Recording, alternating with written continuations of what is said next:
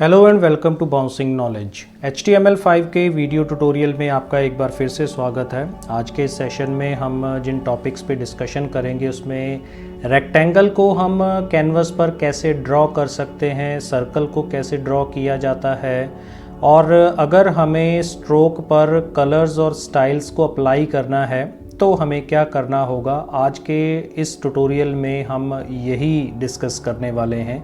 लेकिन उससे पहले हम रीकैप करेंगे अपने प्रीवियस वीडियो सेशन का, जिसमें हमने ये जाना कि कैनवस क्या होता है, HTML5 में इंट्रोड्यूस किए गए इस कैनवस का क्या रोल है, कोऑर्डिनेट सिस्टम कैसे काम करता है कैनवस में, लाइन को हम कैसे ड्रॉ कर सकते हैं और आर्क को हम कैनवस पर कैसे बनाते हैं, इसके बारे में हमने प्रैक्टिकल इम्प्लीमेंटेशन के साथ प्रीवियस वीडियो सेशन में डिस्कशन किया। आई होप कि आपको ये सभी कंसेप्ट अच्छी तरह से क्लियर हो गए होंगे।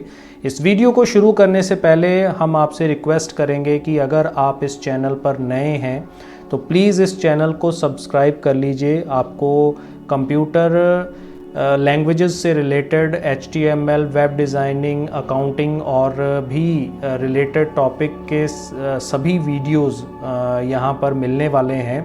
तो फ़िलहाल अभी हम HTML5 के ट्यूटोरियल्स डिस्कस कर रहे हैं। तो चलिए शुरू करते हैं आज का ये सेशन। रेक्टेंगल को ड्रॉ करने के लिए हमें क्या करना होगा।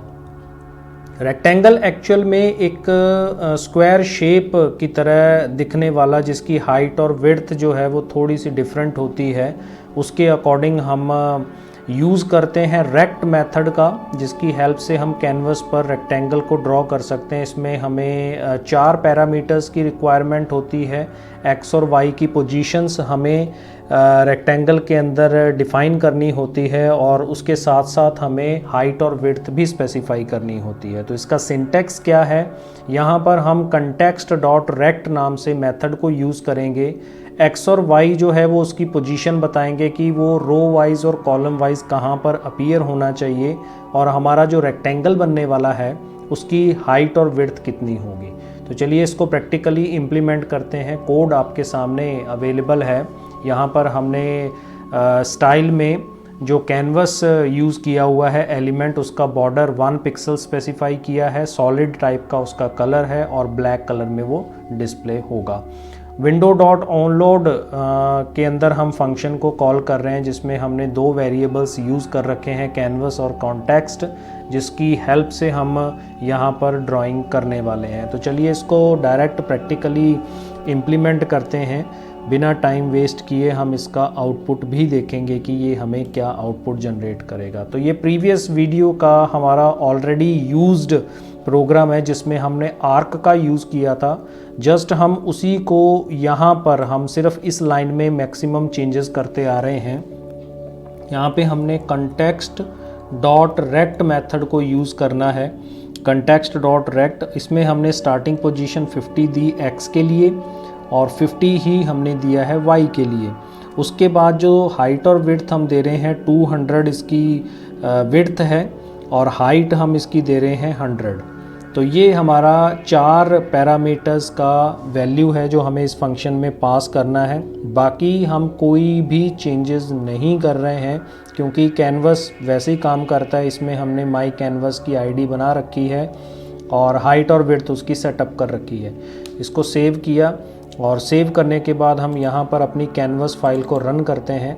आउटपुट के अंदर आप देख सकते हैं कि एक रेक्टेंगल इसके अंदर क्रिएट हो गया है। ये जो बॉक्स आपके पास बना है 200 इसकी विड्थ है और 100 इसकी हाइट इसके अंदर शो हो रही है। तो इसको जूम किया हुआ है 175। ओरिजिनल साइज़ ये है इसका, जिसमें 200 पिक्सल की इसकी विड्थ है और हाइट इसकी 100 पिक्सल की है। हमने 300 बाई 300 का कैनवस बनाया हुआ है जो हम इसके अंदर यूज़ कर रहे हैं। ये जो एरिया आप ब्लैक कलर में देख रहे हैं इसको हम कैनवस बोलते हैं। जो हमने यहाँ पर कोड में ये जो हाइट और विड्थ स्पेसिफाई कर रखी है ये कैनवस के लिए है। 300 बाई 300 का हमारा साइज़ इसके अंदर हम यूज़ कर रहे हैं। इसके बाद नेक्स्ट जो हमारा कॉन्सेप्ट आता है वो है कि सर्कल को कैसे ड्रॉ किया जाता है। तो इसके लिए कोई स्पेसिफिक मेथड तो नहीं है, सर्कल क्रिएट करने के लिए जैसे हमने रेक्टेंगल के लिए रेक्ट मेथड का यूज़ किया है, लेकिन फिर भी हम क्या कर सकते हैं, आर्क का यूज़ करते हुए हम सर्कल को ड्रॉ कर सकते हैं। तो उसके लिए हमें आर्क मेथड को यूज़ करना होगा और इसी तरीके से हम यूज़ करेंगे कि वो कंप्लीट एक सर्कल जो है वो क्रिएट हो जाएगा। इसका वर्किंग सिंटैक्स क्या है, यहाँ पर हम context डॉट आर्क को यूज़ करेंगे। इसमें हम सेंटर x की वैल्यू, सेंटर y की वैल्यू, रेडियस यूज़ करेंगे और फिर उसके बाद हम पाई मेथड का भी यूज़ करेंगे मैथ के लिए और उसी के अकॉर्डिंग हमारा सर्कल जो है वो ड्रॉ होगा। तो इसका कोड हम देख लेते हैं।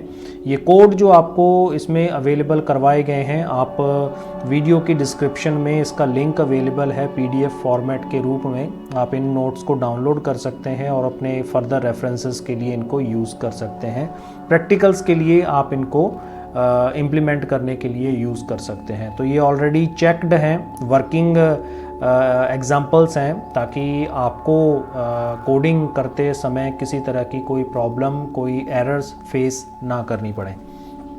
तो यहाँ पर भी हम उसी को यूज़ कर रहे हैं, जस्ट हम इस एक लाइन में चेंजेस करेंगे और उसके अकॉर्डिंग हम अपना सर्कल क्रिएट कर पाएंगे। तो चलिए इसको प्रैक्टिकली इम्प्लीमेंट करते हैं। यहाँ पर हम जो यूज़ करने वाले हैं उस लाइन को चेंज करते हैं। यहाँ पे हमने यूज़ किया context डॉट आर्क और यहाँ पर हमें 6 वैल्यूज़ स्पेसिफाई करनी है। 150 जो है वो x का सेंटर है, 100 जो है वो y का सेंटर है, फिर उसके बाद 70 हमने इसकी पोजीशन दे दी, 0 हमने इसके अंदर वैल्यू रखी है और फिर उसके बाद हम 2 मल्टीप्लाइड बाय मैथ डॉट पाई को यूज़ कर रहे हैं और फिर उसके बाद यहाँ पे हमने फॉल्स रख दिया। तो ये हमारा वैल्यू, फॉल्स की स्पेलिंग गलत है, FALSE।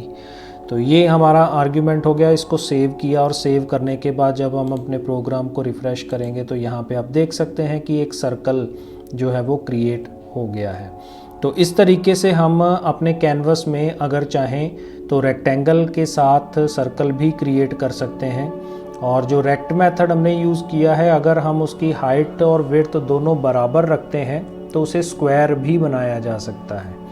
तो इस तरीके से हम इन मेथड्स का यूज़ करके अलग अलग तरह की शेप्स जो हैं वो अपने वेब पेज पर क्रिएट कर सकते हैं। अब उसके बाद नेक्स्ट बात आती है कि हमें कलर्स और स्टाइल्स अप्लाई करने हैं अपनी शेप्स पर।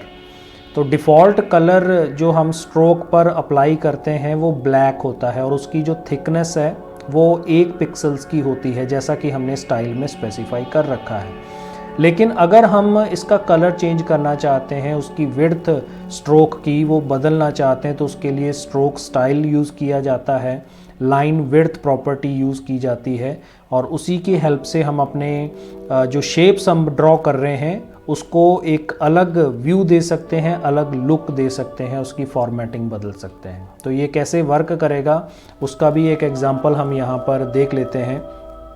तो जैसा कि आप यहाँ पे देख सकते हैं कि यहाँ पर डिफ़ॉल्ट सेटिंग्स के साथ हमने इनका यूज़ किया है और यहाँ पर हम उसमें चेंजेस कर रहे हैं। स्ट्रोक स्टाइल हमने रेड किया, उसके बाद क्या चेंजेस आते हैं, लाइन टू मूव टू का यूज़ कर रहे हैं हम, उसके हेल्प से हमें क्या चेंजेस देखने को मिलेंगे। तो चलिए इसको प्रैक्टिकली इम्प्लीमेंट करते हैं अपने प्रोग्राम पे। कुछ चेंजेस हमें ज़रूर करने पड़ेंगे, तो उन चेंजेस की हेल्प से हमें क्या रिज़ल्ट्स मिलते हैं उनको हम यहाँ पर देखते हैं। तो यहाँ से हम इस लाइन को हटा देते हैं, बाकी क्योंकि डिफ़ॉल्ट लाइंस हैं उनको हमें यूज़ करना है।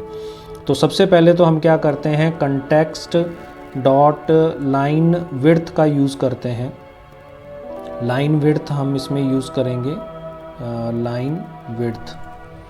लाइन विड्थ हमने इसके अंदर स्पेसिफाई की, इक्वल्स टू 5 हमने सेटअप कर दिया। इसी तरीके से कंटेक्स्ट डॉट स्ट्रोक स्टाइल को यूज़ करेंगे हम यहाँ पे STYLE। इसके लिए हम जो वैल्यू स्पेसिफाई कर रहे हैं वो रेड हमने इसके अंदर सेटअप किया है, रेड वैल्यू स्पेसिफाई कर दी।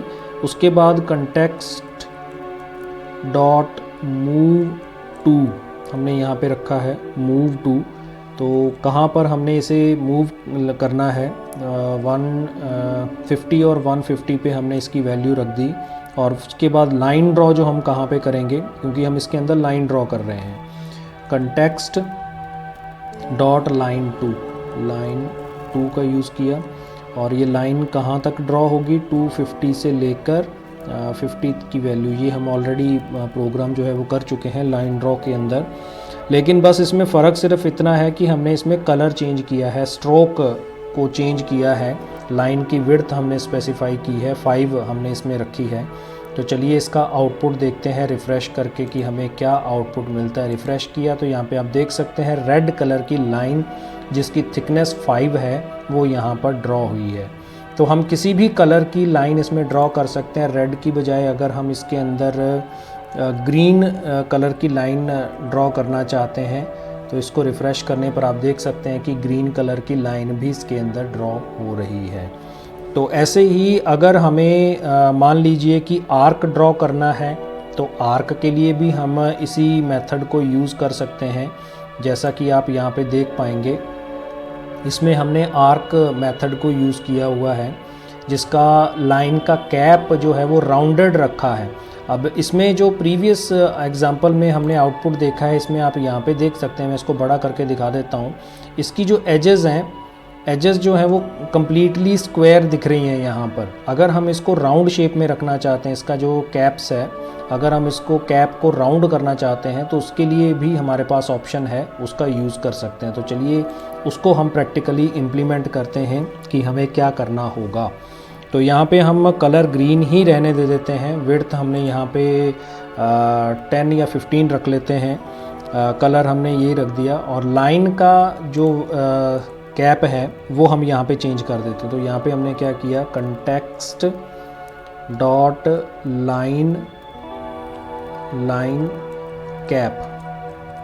लाइन कैप जो हम यूज़ कर रहे हैं इक्वल्स टू राउंड रख रहे हैं।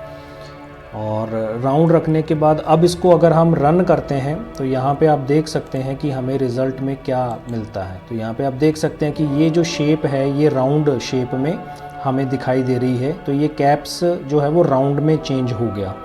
ऐसे ही अगर हमें आर्क ड्रॉ करना है तो हमें ये लाइन के दोनों चीज़ें हटानी पड़ेंगी। इसकी जगह पे हम क्या करते हैं, कंटेक्स्ट डॉट आर्क को यूज़ करेंगे, कंटेक्स्ट डॉट आर्क। और इसके अंदर हमारे पास जो वैल्यू है, हमने स्टार्टिंग वैल्यू 150 रखी, फिर उसके बाद y की वैल्यू भी 150 रखी और 80 का वैल्यू स्पेसिफाई किया। फिर 1.2 हमने यूज़ किया, मल्टीप्लाई मैथ डॉट पाई को यूज़ कर रहे हैं।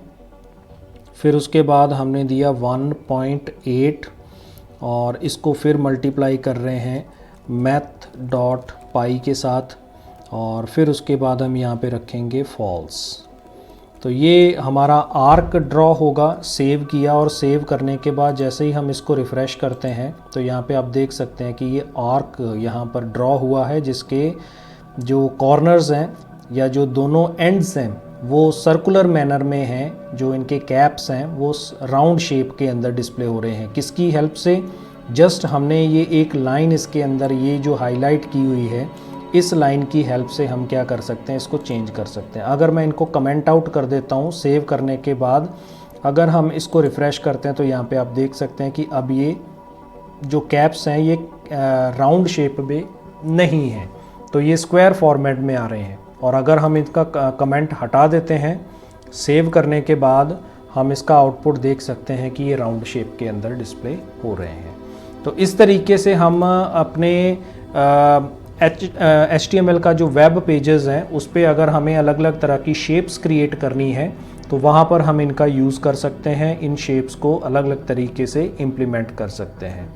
तो आई होप कि आपको आज के कॉन्सेप्ट जो है वो अच्छी तरह से क्लियर हो गए होंगे। एक बार फिर से मैं रिक्वेस्ट करना चाहूँगा, अगर आप इस चैनल पर नए हैं तो प्लीज़ इस चैनल को लाइक, शेयर और सब्सक्राइब कर लीजिए। और याद रखिएगा बेल आइकन को भी प्रेस कर दीजिए ताकि जब भी हमारे चैनल पर नया वीडियो लॉन्च होता है तो उसका नोटिफिकेशन आपको मिल जाए और आप अपने कॉन्सेप्ट्स को कंटिन्यूसली स्टडी कर सकें। तो इस वीडियो में फ़िलहाल इतना ही। Thanks for watching, keep on learning with us, Stay tuned for upcoming videos and always stay blessed.